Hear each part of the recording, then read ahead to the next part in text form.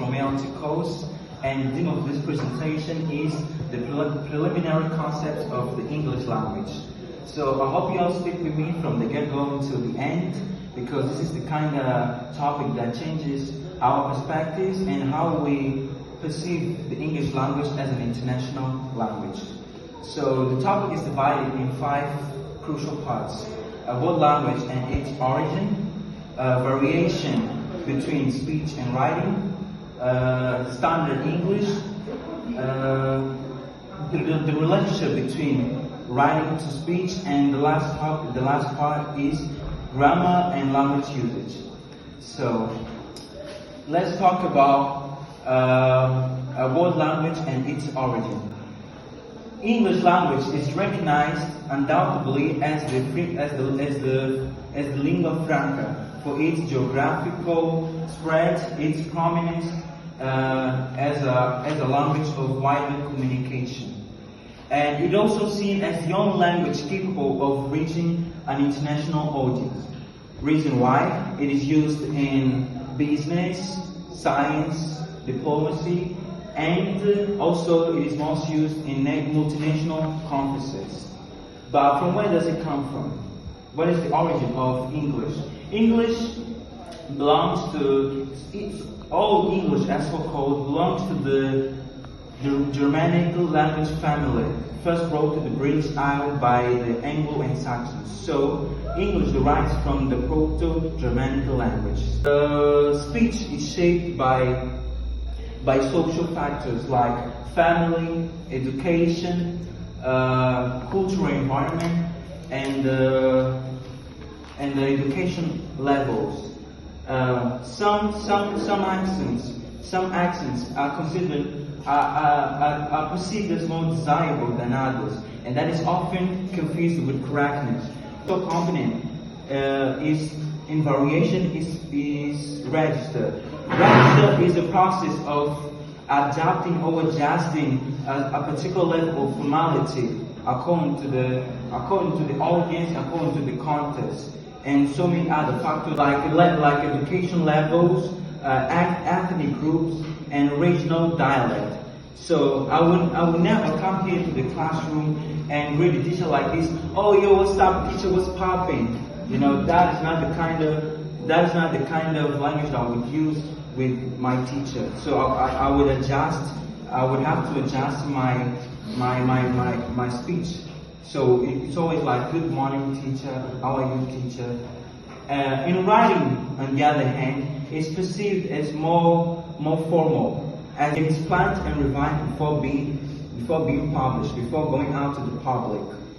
Although in writing too, register plays a big role according to the relationship between the writer and the audience. And we see that in types of letters. We have informal and formal letters, like a letter to a friend and a letter to a company, an institution. To the standard English. Is there a standard English? Let's kick off corroborating that. Correctness means conforming to what is called the norm.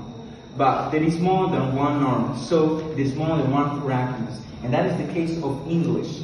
That's why you have American English, British English, Australian English. But which one is the best? Which one is the standard? That is the question.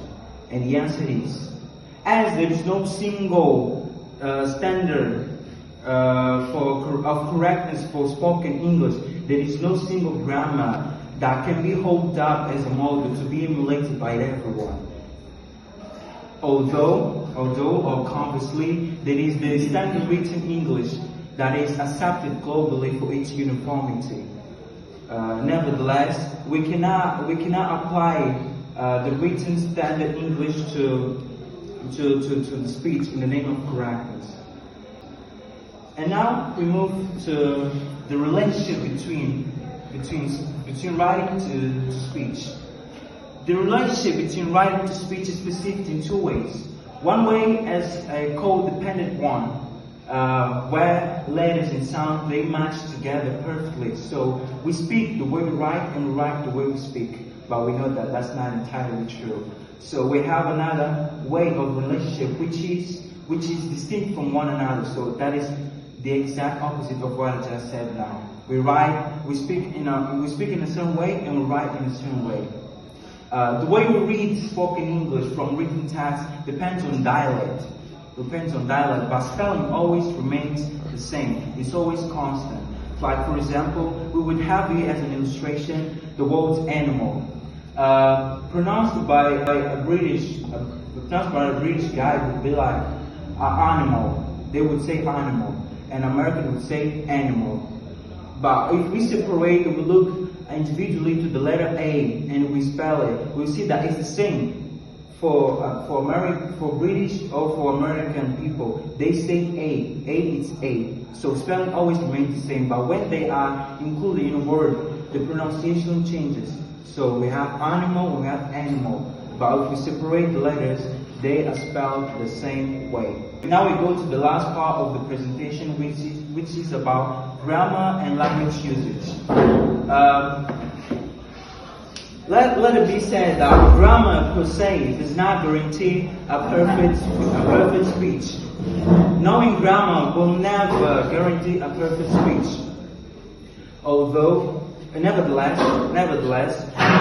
grammar helps identify and correct errors, extract sentences, and use punctuation effectively.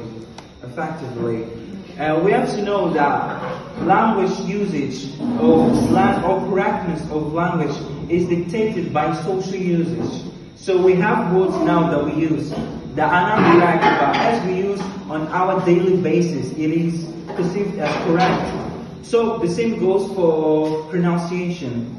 There are words that we spell in a certain way now, but in the future they might be spelled in a different way or pronounced in a different way, like it used in the past. For example, nowadays we pronounce the word left with a T sound on the end, but in the future they might change, they might use it, they might spell it in a different way. So with that being said, I declare my presentation done, and I concede permission to questions, doubts, or even more contributions. Thank you.